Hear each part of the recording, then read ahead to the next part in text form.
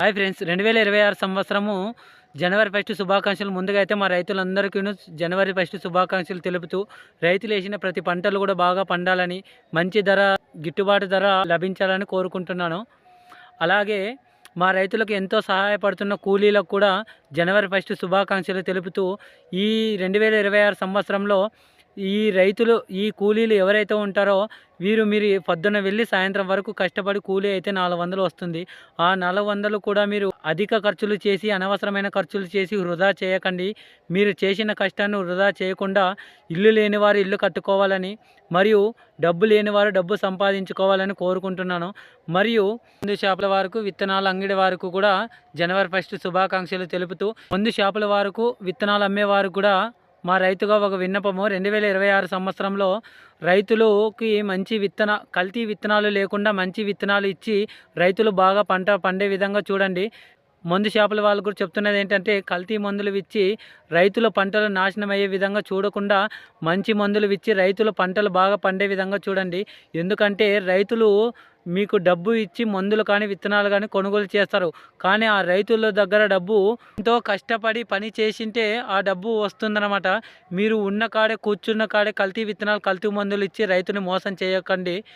ఈ 2026 సంవత్సరంలో రైతులకు అంత మంచి విత్తనాలు, మంచి మందులు ఇచ్చి రైతులను ఆనందపరచండి.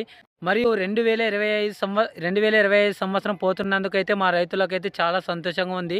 ఎందుకంటే మా రైతులు ఈ 2025 సంవత్సరంలో అధిక వర్షాల వల్ల పంటలు నాశనం అవ్వడం జరిగింది. పండిన పంటలు గిట్టుబాటు ధర లేక చాలా బాధపడ్డాము. మరియు చాలా ఘోర రోడ్డు ప్రమాదాలు జరిగి ఎన్నో కుటుంబాలు చాలా తీరని శోకంలో చాలా బాధపడడం జరిగిందనమాట. దయచేసి ఈ 2026 సంవత్సరంలో ప్రతి ఒక్కరు కూడా అంత మంచిగా జరగాలని కోరుకుంటున్నాను. రైతుగా ప్రభుత్వాన్ని కోరుకుంటున్నది ఏంటంటే, 2026 సంవత్సరంలో రైతులు పండించిన ప్రతి పంటకు కూడా గిట్టుబాటు ధర లభించే విధంగా చూడాలి. మరియు గుంత రోడ్లు ఉన్నా కూడా మంచి రోడ్లు వేయించాలని కోరుకుంటున్నాను. వచ్చేది ఎండాకాలం కాబట్టి, ఈ ఎండాకాలంలో ప్రతి ఇంటికి నీళ్లు చాలా అవసరం కాబట్టి ప్రతి ఇంటింటికి కూడా కుళాయి వేపించి ప్రభుత్వం ఆదుకోవాలని కోరుకుంటున్నాను. మరియు అలాగే డాక్టర్లకు కూడా జనవరి 1 శుభాకాంక్షలు. పాఠశాలల్లో చెప్తున్న టీచర్లందరికీ కూడా జనవరి 1 శుభాకాంక్షలు.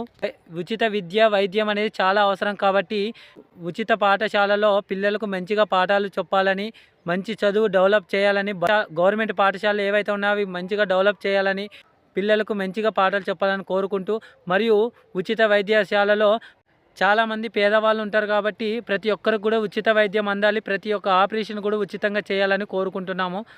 వచ్చిన పేషెంట్లు ఎవరైతే ఉన్నారో వాళ్ళకు మంచిగా చూసి పంపించండి. అంతేకాని వచ్చిన పేషెంట్ని వెంటనే పట్టించుకొని వాళ్ళ సమస్యలను తెలుసుకొని మంచి మందులు ఇచ్చి వాళ్ళను బతికే విధంగా చూడండి. కానీ ప్రాణాలు పోయేంత నిర్లక్ష్యం మాత్రం చేయకండి.